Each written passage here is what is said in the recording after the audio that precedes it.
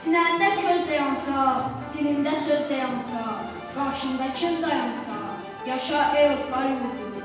Sandı sənə yetirir, Heydər kimi bir oğlu, keşiyində dayanır, basılmaz igid ordu. Damarında türk qanı axan Heydər özüdür, bütün türk dünyasında Atatürklə özüdür.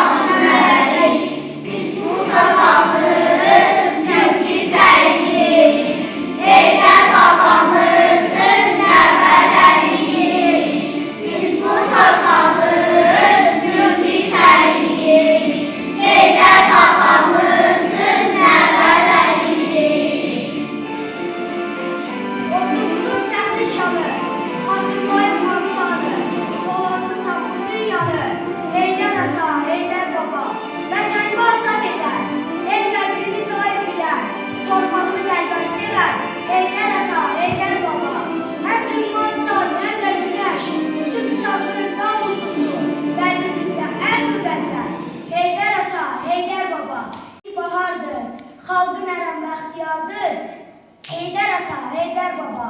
Keçsə aylar, keçsə illər, ürəklərdə qalacaqsan. Arzuların çiçək açır, yaşayacaq Azərbaycan.